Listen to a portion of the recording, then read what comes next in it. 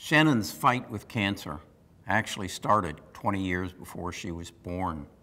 July 14th, 1953, at age of 31, Catherine Grinkmeyer, my mother, died of cancer in Champaign, Illinois.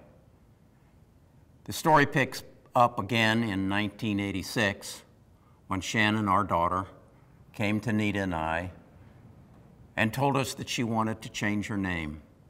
She announced that she had known for a couple of years now that she was the reincarnation of my mother, Catherine, and she thought it was wrong that she didn't have her true name.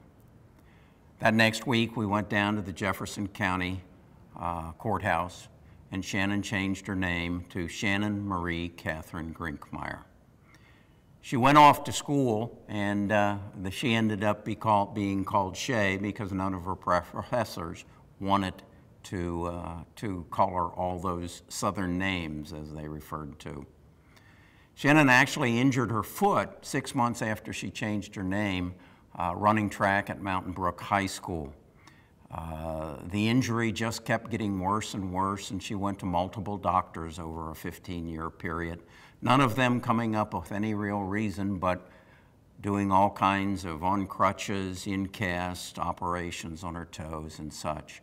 Then in 2002, she was diagnosed with what was called a soft tissue cancer in her foot.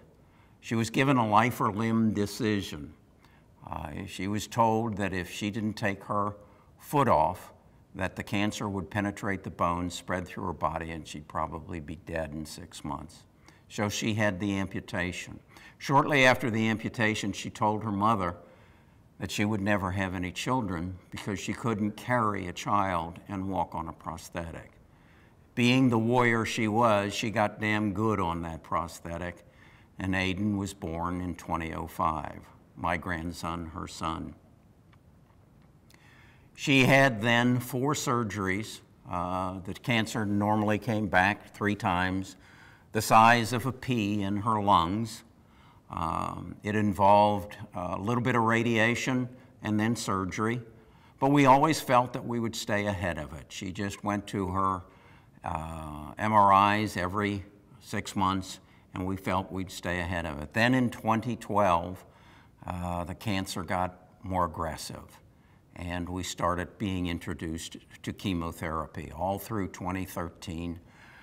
And when I say chemotherapy, I don't mean just show up on Wednesday and spend an hour. I mean spend a week, and we're going to bombard you as heavy as we can. She went from bald to hair to bald to hair, vomiting, having all the symptoms of cancer. But we felt constantly that she would make it through. At one point, a doctor said, "I can do no more for you," but Shannon went out and found a trial study and got enrolled in that, and we felt we would have her for many years. We showed up at her house in December the 22nd or 21st of 2014 for Christmas. We always celebrated Christmas. We had a family tradition called the Christmas Web that she actually encouraged me to write a children's book about. We went to a party that night on December 21st, and that evening Shannon told Justin, her husband, and I that she was going to be driving home because he and I had had too much to drink. The next morning she was in the emergency room, and by 11 p.m. she was on life support. On the way to the hospital, she asked me, "Dad, why is this happening to me? I'm a good person." I didn't have an answer for her. Unlike my mother, who died and was buried and forgotten, Shannon died on December 26th. We buried her, and it is my life's goal now to make sure that she is not forgotten. In October, before her death, she participated in a biking event in Atlanta, along with me and Alan, a friend of hers, called the 24 Hours of Booty. She was awarded the Rookie of the Year for 2014 because she raised more money than anybody else for the 24 Hours of Booty. She died 80 days later.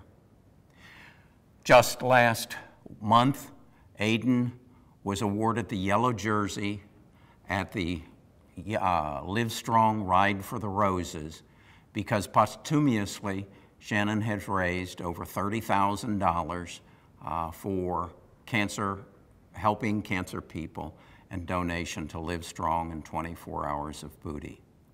I want her to be remembered. I want her son to remember her, and I want her death to be for a reason. I want to be able to answer the question, why did this happen to me? So I'm forming the Warriors Team Shay Foundation. I'm going to fund it starting with all the profits from the sale of my children's book, The Christmas Web. Our goal is to raise $100 million over the next 10 years.